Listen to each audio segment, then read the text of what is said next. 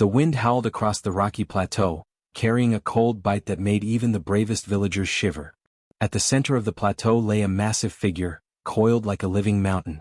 Therion, the ancient dragon, had not eaten for months.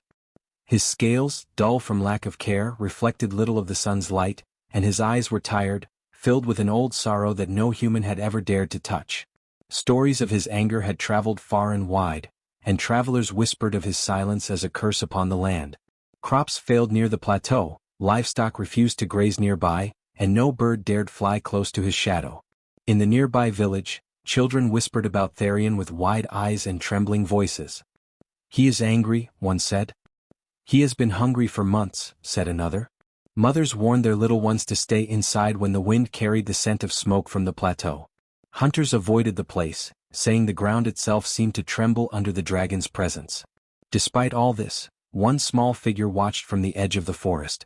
Leora was a human child of only 10, her hair tied in a messy braid, her eyes wide with curiosity rather than fear. She had heard the stories, of course, but they did not scare her. She had always felt a strange pull toward the plateau, a quiet calling she could not explain.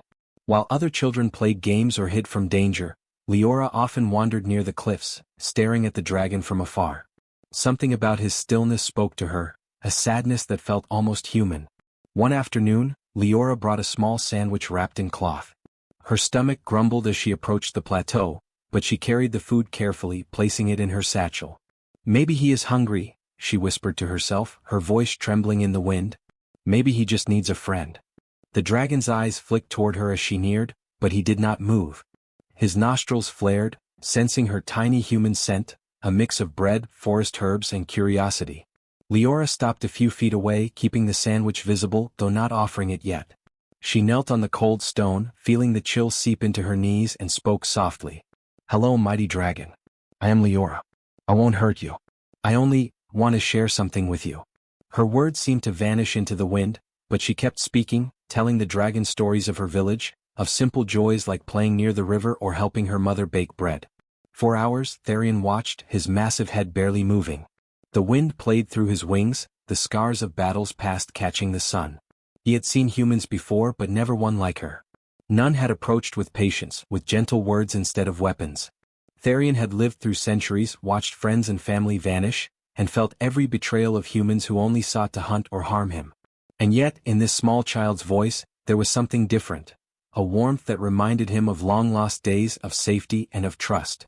Days passed. Leora returned every afternoon, bringing small meals and sitting silently when the dragon did not respond. Sometimes she would leave a little bread near his claws, and sometimes she would only sit, telling stories and waiting. Villagers saw her near the plateau and shook their heads. "She will be eaten," they warned. "Dragons do not forgive, they do not forget." But Leora's resolve did not waver. She understood something the villagers could not. Fear had kept humans from understanding dragons, and understanding could change everything.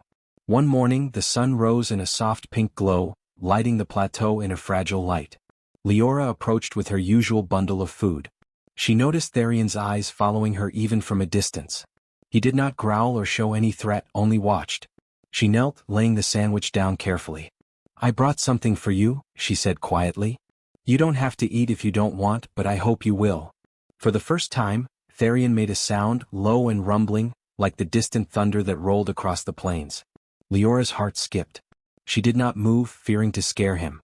She reached out a tiny hand just in case and whispered, "It's okay. I'm not afraid. I am here." The dragon shifted slightly, his massive claws scraping the rock, sending small stones tumbling down the plateau. His eyes softened, and the rumble in his throat became a gentle vibration. Leora smiled, feeling a strange connection that went beyond fear. She did not yet know if he would ever eat again, but she understood something important. He was listening. As the sun climbed higher, shadows stretched long and thin across the plateau. Leora stayed, speaking softly, sometimes pausing to watch the wind ripple across Therion's scales. She imagined what it must be like to live so long, to see everything change while remaining the same. And she imagined that maybe, just maybe, her small courage and patience could bring something back to the dragon that had been lost for centuries. That night, Leora returned home, her mind full of wonder and worry. She knew the villagers would not understand her choice, but she also knew that fear alone should not guide life. Somewhere on the plateau, Therion watched her leave, his eyes lingering on the small figure until she disappeared into the trees. Though he did not eat, a small warmth stirred in the depths of his chest, a memory of trust, of hope, and of a strange, fragile human kindness that he had almost forgotten existed. The plateau remained quiet, but it was no longer empty. In the distance, a small voice called to the dragon, not with fear, but with the courage of someone willing to reach across centuries of sorrow. And for the first time in many moons, Therion did not feel completely alone. The wind had calmed slightly that morning, though the plateau remained harsh and cold. Leora walked carefully over the rocky ground, her small boots slipping on loose stones. In her satchel was a piece of bread wrapped in cloth, the same way she had brought it before. She had learned to move slowly, to make no sudden gestures, and to keep her voice soft and steady. Therion, the ancient dragon, waited, coiled like a mountain of scales, his golden eyes tracking her every movement. She stopped a few feet from him and knelt, placing the bread on a flat stone. "Good morning, Therion," she said. Her voice trembled slightly, but she forced it to be calm. "I brought something for you. You don't have to eat it, but I wanted to share." The dragon did not move, only let out a soft rumble that vibrated through the ground. Leora smiled faintly, understanding that this was his way of listening, of acknowledging her presence. For several days she visited him at the same time, telling stories about her village. She spoke of the river where fish jumped like silver flames, of the trees that turned gold in the fall, and of the little bakery where her mother worked. She talked about her friends and games, about mistakes she had made, and small joys she had found. At first, Therion did nothing but watch, his massive head resting on the stone. But gradually she noticed changes. He shifted slightly when she laughed, flicked his tail when she paused to catch her breath, and sometimes he even tilted his head, almost as if understanding the words.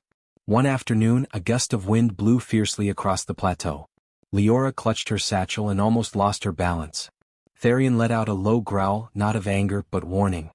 He shifted closer, his massive body forming a protective arc around her. Leora froze, her heart beating fast. She realized, with sudden clarity, that the dragon was not just a creature of fear. He could feel, he could care. She smiled through the fear, whispering softly, "I am not afraid, Therion. I trust you." The dragon stayed still, letting her know he accepted her trust. She began leaving small portions of food for him each day, bread, fruit, and even bits of cheese. Sometimes he ignored them completely, leaving them untouched. Other times he sniffed, nudged, and moved them, testing her patience. Leora never gave up. She understood that this was not about hunger alone. It was about connection, about breaking the walls of centuries-old pain. During one visit, she accidentally tripped over a loose stone. The bread flew from her hands and landed near Therion's claw. She froze, expecting a roar, a flash of fire, or swift claws. Instead, Therion lowered his massive head slowly and sniffed the bread. His nostrils flared, sending tiny puffs of smoke into the cold air. Leora held her breath, unsure if he would eat or reject it. After a long pause, he nudged the bread slightly, then pulled back. The action was small, almost insignificant, but Leora's heart leapt. It was the first sign of interest, a fragile bridge forming between them. Over the next few days she watched him closely. Therion seemed to follow her movements more carefully, his eyes not just observing but noticing. He tilted his head when she spoke, his wings twitching slightly when she laughed. Leora realized that he was learning, understanding, even responding in his own way. She began to see a spark of life returning to him, a small light that had long been buried under sorrow and anger. One evening, as the sun dipped below the horizon, painting the plateau in red and gold, Leora sat beside Therion without offering any food. She simply spoke, telling stories of her village, of her dreams, and of little adventures she hoped to take. She noticed that Therion shifted closer, his massive head lowering near her feet. He did not touch her, but he did not leave. For the first time she felt that he was listening, not out of curiosity but out of choice. The villagers continued to whisper about Leora's courage, but many still feared for her life. "Dragons do not forgive humans," they warned. "You cannot understand them." Leora, however, knew something they did not. Fear could not teach understanding, but patience and empathy could. She could feel the dragon's sorrow, the emptiness that had kept him from eating for months. She wanted to fill that emptiness not with food alone but with trust, with friendship. One morning the wind brought a new scent, smoke from a distant fire. Leora froze, scanning the horizon. Therion snorted softly, his massive chest rising and falling. He did not move toward the fire, but his body tensed, alert. Leora realized that he was protective, not just wary. She had gained something remarkable, not just his attention but a fragile bond, one that could grow stronger over time. In the quiet moments, Leora began to notice small signs of change. Therian's scales had a faint glint, almost like they were regaining some life. His eyes, once dull and tired, seemed brighter, more attentive. Sometimes, when she laughed or spoke softly, he made a low rumbling sound, almost like amusement. The dragon was not yet healed, not yet ready to eat fully, but the first threads of connection had been woven. That night, Leora returned home with a heart full of hope. She thought of Therian lying on the plateau, alone yet no longer entirely lonely. She knew the work was only beginning, but for the first time she believed that an ancient dragon, rejected by the world and lost in sorrow, could be reached. One small human child, sharing stories and patience, had begun to bridge a gap that seemed impossible to cross. As she lay in bed, Leora imagined the plateau under the moonlight.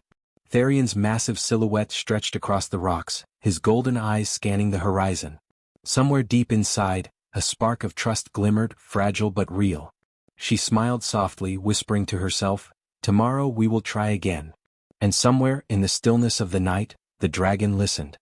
The morning sun spread weak light over the plateau, painting the rocks in soft gold and gray. Leora approached carefully, her small feet crunching on loose stones. She carried a thin cloth with bread wrapped inside, her heart beating fast with hope and fear. Today felt different. The air was still, and even the wind seemed to pause as she walked closer to Therian, the ancient dragon who had not eaten for months. Therian lay coiled atop the plateau, his massive body unmoving. His golden eyes followed Leora as she neared, and she felt a shiver of both excitement and caution. She knelt on the rock a few feet away, placing the bread down gently. "Good morning, Therian," she whispered. "I have something for you. You can eat it if you want." She did not force him, did not reach toward him. She simply waited, her small chest rising and falling with nervous breaths. The dragon's head lifted slightly, nostrils flaring as he sniffed the air. He stared at the bread, then at Leora, and finally back at the bread. Time seemed to stretch. Leora held her breath, remembering all the warnings from villagers. Dragons were proud, dangerous, and unpredictable. But she also remembered her own words, spoken softly over the past weeks. Words of trust, stories of her village, of laughter and small joys. She had shared herself with him, not just food, and perhaps that was why he did not strike. The wind gusted, sending dust and small stones skittering across the plateau. Therian shifted, raising one claw to nudge a stone, then lowering it again. Leora's heart pounded. She inched her hand closer to the bread, not touching it, simply resting her fingers near it, a silent invitation. The dragon sniffed again, longer this time, his nostrils twitching as if weighing the small offering. Then it happened. Therian leaned forward slowly, enormous head lowering toward the bread. Leora froze, her eyes wide, unsure if he would destroy the food, or her. His tongue flicked out, tasting the air. Then, with a careful, almost timid motion, he touched the edge of the bread. It crumbled slightly under his massive touch, and a tiny piece broke off. Therian sniffed it again, paused, and then, incredibly, he took a small bite. Leora gasped softly but did not move. She let him eat, her eyes shining with amazement. The dragon chewed slowly, deliberately, as if testing each morsel. The sound of his massive jaws crunching filled the quiet plateau. Leora's heart lifted with every bite, for she understood something extraordinary. The ancient dragon, feared and untouchable, was beginning to trust her. For the next hour, Leora stayed near him. She spoke softly, telling him more stories about her friends, her village, and even little mistakes she had made. Therian listened, occasionally nudging the bread closer or flicking his tail in subtle acknowledgement. He did not speak, of course, dragons rarely did, but Leora felt the connection growing stronger. This was more than food. This was the beginning of friendship, built on patience, courage, and a child's willingness to care. Villagers in the distance watched in disbelief. Some whispered, some shook their heads, and others stared wide-eyed.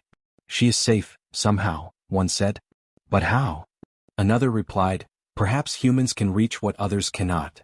Leora, unaware of the attention she had drawn, focused entirely on Therian. She knew she had crossed the first great barrier. He had eaten. The dragon's body, coiled and still for so long, seemed lighter somehow, as if a weight had begun to lift from his shoulders. Over the next few days, Leora continued her visits, always bringing small pieces of food. Each time Therian took a little more. Sometimes he would eat in silence, other times he would pause, looking at her with golden eyes that seemed almost to ask questions. Leora answered with her voice, with her smile, with stories of her day. She learned that patience was as important as courage, and that a dragon's heart, even after centuries of sorrow, could be touched by a simple act of kindness.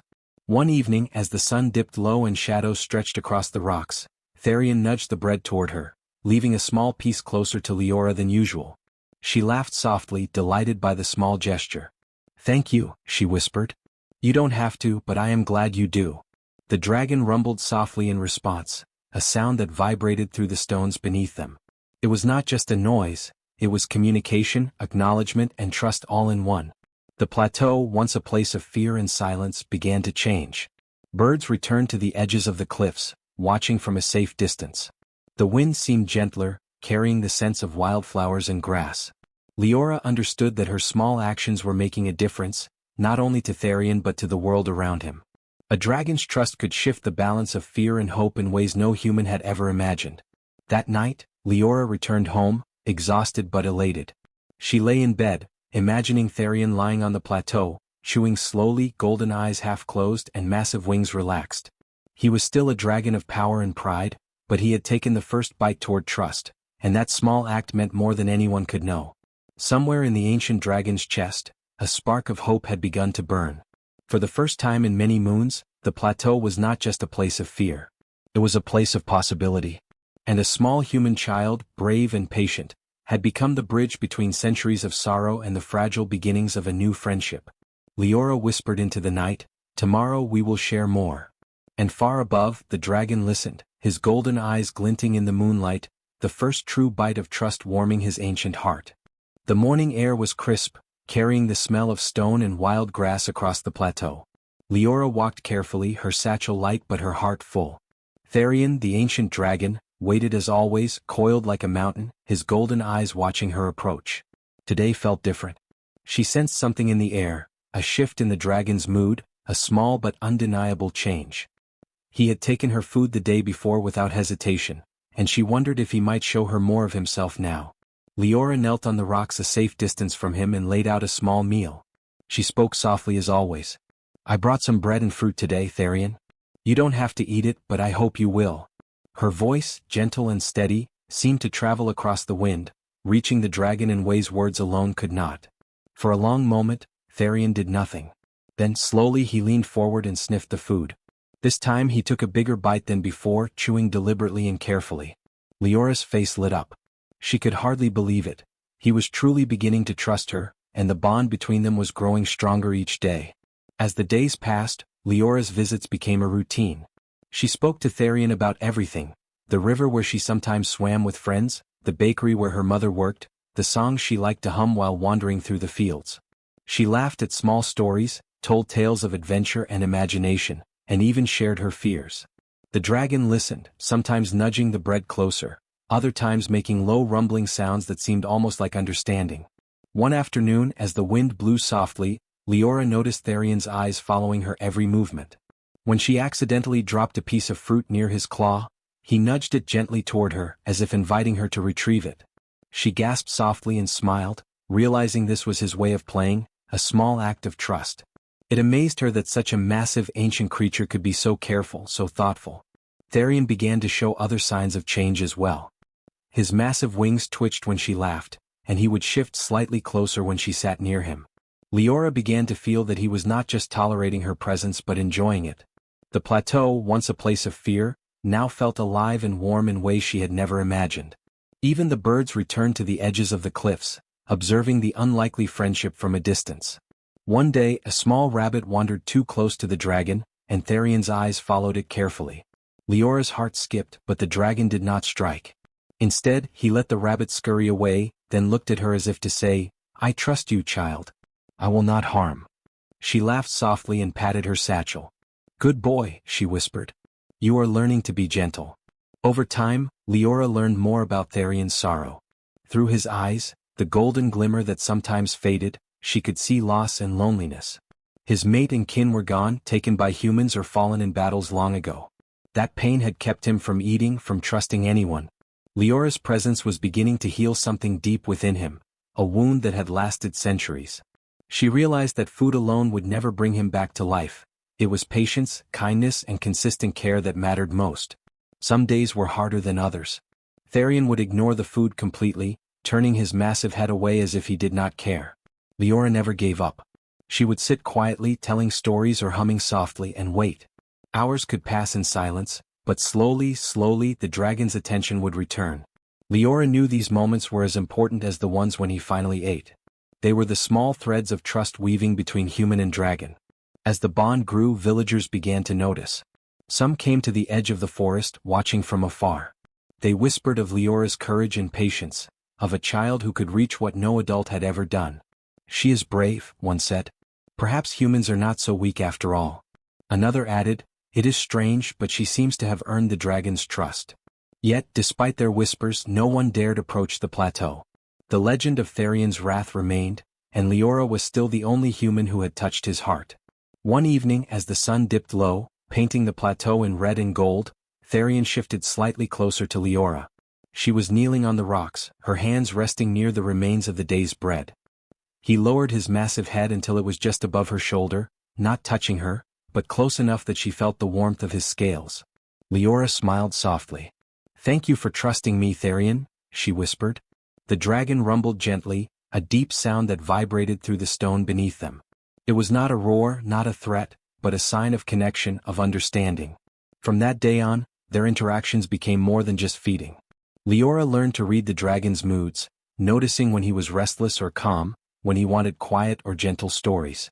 Therion began to respond in small ways, a twitch of a claw, a flick of the tail, a rumble that seemed like laughter. They shared quiet moments, watching the sunset, feeling the wind, enjoying each other's company without words. Leora realized that she had accomplished something extraordinary. She had reached a dragon who had rejected all meals, all humans for months. She had built a bridge of trust and care, one that was slowly healing centuries of pain. Therion, once feared and distant, was beginning to show signs of life beyond hunger and survival. He was learning to feel again, to enjoy small moments and to respond to kindness with kindness. That night, Leora returned home, tired but happy.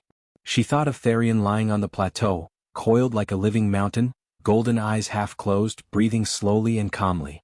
She knew the dragon's heart was still heavy with loss, but the spark of connection between them had grown stronger.